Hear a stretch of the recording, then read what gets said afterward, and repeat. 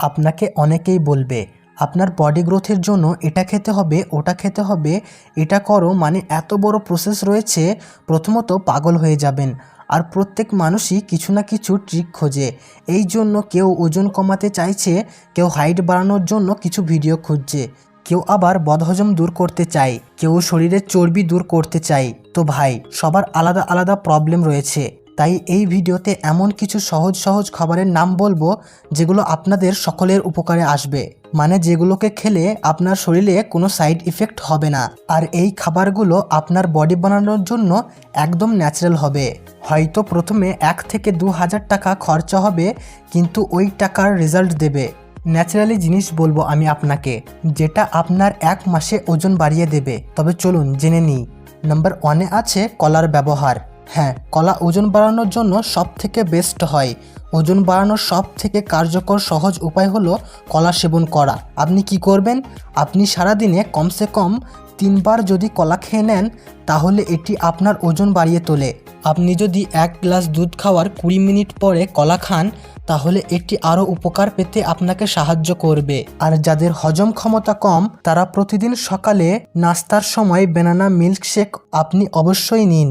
1 মাসের মধ্যে আপনার সামনে রেজাল্ট আসবে।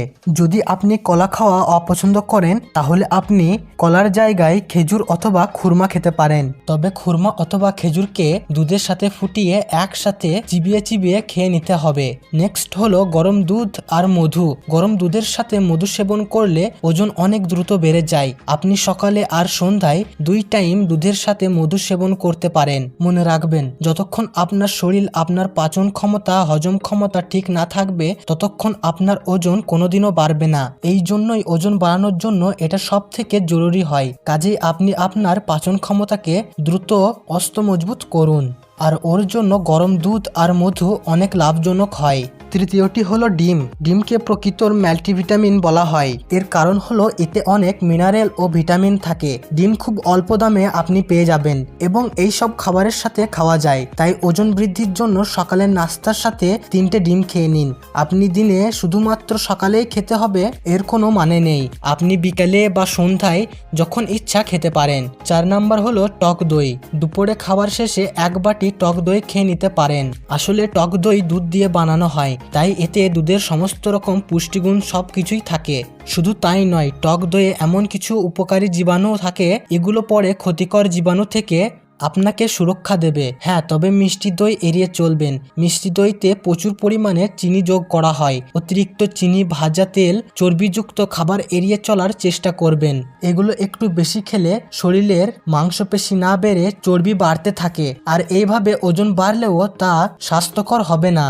অনেক রোগ দেখা দেবে আপনার শরীরে। তবে মিষ্টি দই কখনোই খাবেন না তা নয়। হঠাৎ হঠাৎ পরিমিত মাত্রায় খাওয়া যেতে পারে, তবে নিয়মিত না খাওয়াই ভালো। নেক্সট হলো বাদাম। ওজন বাড়ানোর জন্য খুব কাজে আসে। চিনেবাদাম, কাঠবাদাম, কাজু বাদাম, পেস্তা বাদাম, আপনার সুবিধা মতো যে কোনো ধরনের বাদাম আপনি খেতে পারেন। বাদামে মিনারেল আছে, স্বাস্থ্যকর ফ্যাট আছে, ভিটামিন, ফাইবার সব পেয়ে যাবেন। এটিও একটি প্রিবায়োটিক খাবার, মানে পেটের ভেতরে থাকা উপকারী জীবাণুকে সুস্থ রাখে। তাই ওজন বাড়ানোর জন্য নাস্তায় বা দুপুরে, রাতে খাওয়ার পরে বাদাম আপনি খেতে পারেন। ভিডিওর শুরু থেকে আপনাকে যেগুলো বললাম, আপনি যদি এগুলো কমসে কম 1 মাস করতে পারেন, তাহলে আপনার রেজাল্ট আপনি নিজেই দেখতে পাবেন। যদি ভিডিওটি ভালো লেগে থাকে, তাহলে অবশ্যই চ্যানেলটি সাবস্ক্রাইব করে বেল নোটিফিকেশনটি অন করে দেবেন।